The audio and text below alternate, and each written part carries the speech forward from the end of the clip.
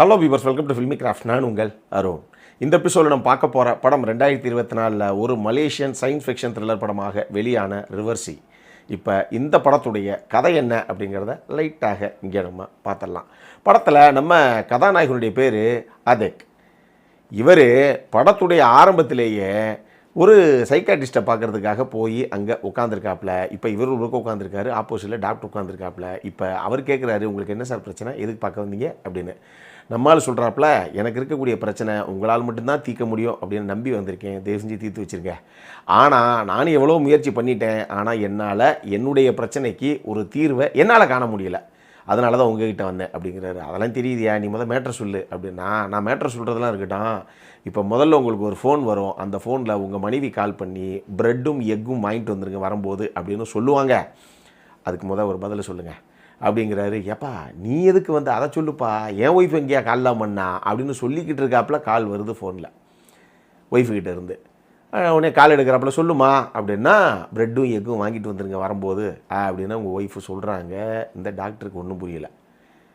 சரி வாங்கிட்டு தர்றம்மா அப்படின்னு வச்சுட்டு ஆமாம் இது உனக்கு அப்படிங்கிறாரு. அதுக்குள்ளே நம்ம கதாநாயகன் இப்போ உங்கள் அசிஸ்டண்ட் வருவாங்க, உள்ள டோரை தட்டிட்டு வந்தவங்க 29ஆம் நம்பர் பேஷண்ட்டு அப்பாயின்மெண்ட்டுக்காக வெயிட் பண்ணிகிட்டு இருக்காப்புல. என்ன சார் பண்ணட்டும், இப்போ வர சொல்லட்டா அப்படின்னு கேட்பாங்க. அடுத்து அதை ஆன்சர் பண்ணுங்க அப்படிங்கிறாரு. இப்போ நேர எப்பா என்ன இப்படி அப்படிங்கிற அதுக்குள்ளே கதவு தட்டப்படுது. வெளியே டாக்டருடைய அசிஸ்டண்ட் வந்து நிற்கிது. அந்த அம்மா, டாக்டர் 29ஆம் நம்பர் பேஷண்ட்டு உங்களுடைய அப்பாயின்மெண்ட்டுக்கு வெயிட்டிங்க, என்ன டாக்டர் பண்ணட்டும் அப்படின்னா. அந்த அளவுக்கு உப்புன்னு வேர்க்க ஆரம்பிச்சிருது டாக்டருக்கு. சிரிக்கிறதா அழுகிறதான்னு தெரியல அவருக்கு. நான் என்ன சொல்கிறேன், கொஞ்சம் பிஸியாக இருக்கேன், நாளைக்கு அந்த அப்பாயின்மெண்ட்டை மூவ் பண்ணிவிடுமா அப்படின்னு சொல்லிடுறாரு. சரி சார் அப்படின்னு போயிடுது அந்த அம்மா. இப்போ எப்பா இதெல்லாம் எப்படிப்பா உனக்கு முன்னாடியே தெரியுது அப்படின்னா அப்பா சொல்ல ஆரம்பிக்கிறாப்புல, இதுதான் எனக்கு பிரச்சனை.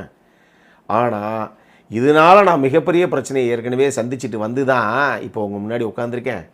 முதல்ல என் பிரச்சனை என்னங்கிறத முழுசாக உங்களுக்கு தெரிய வைக்கணும், புரிய வைக்கணும் அப்படின்னா என் கதை என்ன அப்படிங்கிறத நீங்கள் கேட்கணும் அப்படின்னு சொல்லி அவருடைய சொந்த கதையை சொல்ல ஆரம்பிக்கிறாப்புல அவர். இதுக்கப்புறம் அவர் மட்டும் இல்லை, யார் நம்ம டாக்டர் மட்டும் இல்லை, ஆடியன்ஸான நமக்கே கூட இதுக்கப்புறம் நம்மளே எதிர்பார்க்காம அடுத்தடுத்து அரங்கேறின சம்பவங்கள் தான் இந்த படத்துடைய மொத்த கதையை. இந்த படத்தை ஏட்ரியன் தே அப்படிங்கிற ஒரு நபர் தான் இயக்கியிருக்காப்புல. இந்த படம் பார்க்கும்போது எனக்கு நம்ம சிம்பு நடித்த மாநாடு படம் தான் ஞாபகம் வந்தது. கிட்டத்தட்ட மாநாடு ஃபார்மெட்டில் அதே பாணியில் ஒரு படம் தான் இது. என்ன ஒன்று, அது கொஞ்சம் பொலிட்டிக்கல் த்ரில்லர், அதில் சயின்ஸ் ஃபிக்ஷனு, இந்த மாதிரி டைம் லூப்பு அப்படிங்கிற மாதிரி வெங்கட் பிரபு அந்த படத்தை ப்ரெசென்ட் பண்ணியிருந்தாப்புல.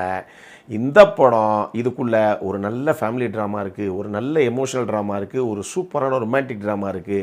இதுக்குள்ளே சயின்ஸ் ஃபிக்ஷனு, இந்த டைம் ட்ராவலு, டைம் லூப்பு அப்படிங்கிற மேட்டரும் இருக்குது. எல்லாத்தையும் கலந்து கட்டி அட்டகாசமாக அடித்து ஒரு படமாக ப்ரெசென்ட் பண்ணியிருக்கு இந்த டீமை. செம்மையான ஒரு படம் இது. மாநாட்டில் கூட படத்துடைய ஃபஸ்ட் ஹாஃபில் ஒன்றுமே பெருசாக இருக்காது. படம் பார்த்தவங்களுக்குலாம் தெரியும், டான்ஸு பாட்டுலாம் பல விஷயங்களை வச்சு உருட்டிருப்பாங்க. அந்த கல்யாண வீடு, அதுக்கான பாட்டு அப்படி இப்படின்னு போய் அதுக்கப்புறம் தான் ஒரு இடத்துல போய் செட் அவுட் ஆகி அந்த டைம் லூப் ஆரம்பித்ததுக்கப்புறம் தான் அந்த படம் அப்படி போகும். இந்த படத்துடைய ஃபஸ்ட் ஹாஃப்லேயே இப்போ நான் சொன்ன அந்த சீக்வன்ஸு, படத்துடைய வெறும் 5 நிமிஷம் 8 நிமிஷத்துக்குள்ளே வரக்கூடிய சீனை தான் இப்போ நான் சொல்லியிருக்கேன். இதில் இருந்த அவர் ஒரு சொந்த கதையை சொல்ல ஆரம்பிக்கிறார் பாருங்க. அங்கே போய் அவருடைய அப்பா அம்மா, அவருடைய லைஃப்பில் யாரை பார்த்தாரு, என்னென்னலாம் நடந்ததுங்கிற பல விஷயங்களின் கோர்வையாக ஒரு நல்ல ஃபீல் குட் ஃபேமிலி ட்ராமாவாக, எமோஷனல் ட்ராமாவாக, ரொமான்டிக் ட்ராமாவாக பல சம்பவங்களை கோர்வையாக ஃபஸ்ட் ஆஃப் ஃபுல்லாக சொல்லியிருப்பாங்க. எப்படி கரெக்டாக இன்ட்ரோல் பிளாக்குக்கு முன்னாடி அந்த டைம் லூப் ஆரம்பிப்பாங்களோ மாநாட்டில், அந்த மாதிரி இந்த படத்துலேயும் அந்த இன்ட்ரோல் பிளாக்கு முன்னாடி அந்த டைம் லூப் ஆரம்பிப்பாங்க. ஆத்தாடி அப்படிங்கிற மாதிரி கொண்டு வந்து பக்கு நிறுத்தியிருப்பாங்க.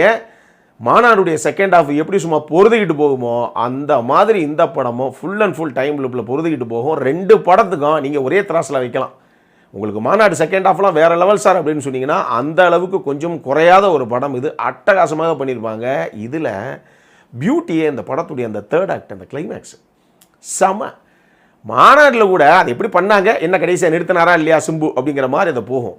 இதில் ஒரு கல் மேலே போய் இதை தாண்டி என்ன பண்ண முடியும் அப்படிங்கிற மாதிரி யோசித்து அந்த கிளைமேக்ஸை வச்சுருப்பாங்க. அது ஒரு செம்மையான கிளைமேக்ஸு.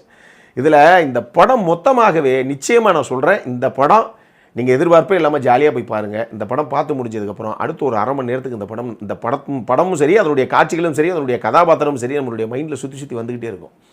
அதுக்கு காரணம் ஹீரோவாகட்டும், ஹீரோயின் ஆகட்டும், ஹீரோவுடைய அப்பாவாக, அம்மாவாக, குறிப்பாக அப்பாவாக பெர்ஃபார்ம் பண்ண அந்த ஆக்டருடைய பெர்ஃபார்மன்ஸ் ஆகட்டும், சும்மா பிச்சு படல் எடுத்துருப்பாங்க எல்லாரும். இந்த படத்தில் ஒரு விஷயம் சொல்லுவார், அது இந்த படத்துக்கு சொன்னதுங்கிறத விட அதுதான் வாழ்க்கையின் நிதர்சனம். தம்பி, விதியை யாராலும் ஜெயிக்க முடியாது.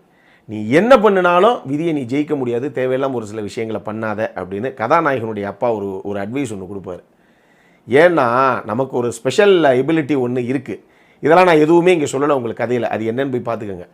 ஸோ நமக்கு ஒரு விஷயம் ஒன்று இருக்குது, ஆனால் அந்த விஷயத்தை நீ என்ன யூஸ் பண்ணாலும் விதியை உன்னால் ஜெயிக்க முடியாது. அதனால் ஃபேக்ட் என்னவோ ஃபேட் என்னவோ அதை அக்செப்ட் பண்ணி போய்கிட்டே இரு, அவ்வளோதான் அப்படிங்கிற ஒரு விஷயத்த சொல்லுவார்.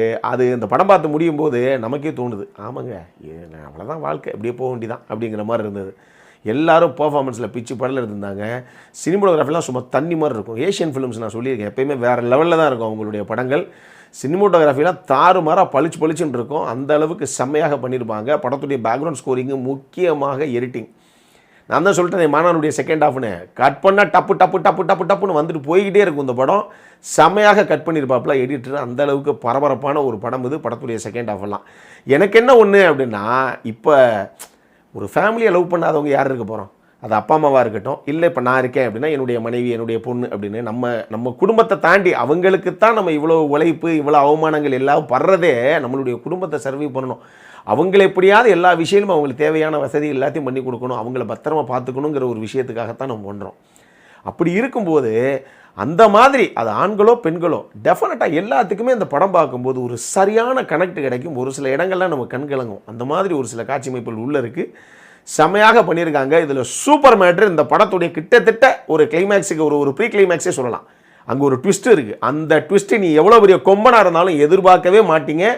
அப்படி ஒரு ட்விஸ்ட் இருக்குங்கிற அந்த ஒரு ஆஸ்பெக்ட்லேயே இந்த படத்தை நம்ம பார்க்க மாட்டோம். நம்ம எதிர்பார்க்காத ஒரு ட்விஸ்ட்டு, நிச்சயமாக அந்த ட்விஸ்ட்டு உங்களுக்கு ஒர்க் அவுட் ஆகும். அது நான் என்ன நீங்கள் ரிவீல் பண்ணல, நீங்கள் படம் பார்த்துக்க தெரிஞ்சுக்கங்க.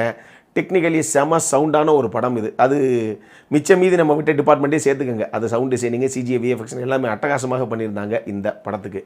இதெல்லாம் தாண்டி எனக்கு ரொம்ப பிடிச்ச விஷயம், அந்த படத்தில் எந்த ஒரு அடல் காமெடி எதுவுமே கிடையாது. தாராளமாக ஃபேமிலியோடு உட்காந்து ஒன்றா பார்த்து ரசிக்க வேண்டிய, பார்த்தே தீர வேண்டிய, நம்ம சைடில் இருந்து ஒரு ஹைலி ரெக்கமெண்டட் படம் இது. So watch with family, never ever miss this. அதை மட்டும் மைண்டில் வச்சுக்கோங்க. அப்படி ஒரு படம் இது. அப்புறம் என்ன சட்டு முட்டுன்னு பார்த்து முடிச்சுட்டு உங்களுக்கு என்ன தோணுச்சு, அந்த படம் எப்படி உங்களுக்கு ஒர்க் அவுட் ஆச்சு அப்படிங்கிறத கமெண்ட் செக்ஷனில் விடுங்க. இதே மாதிரி இன்னொரு வீடியோவோட அடுத்த முறை உங்களை சந்திக்கிற வரைக்கும் இட்ஸ் அருண் signing off.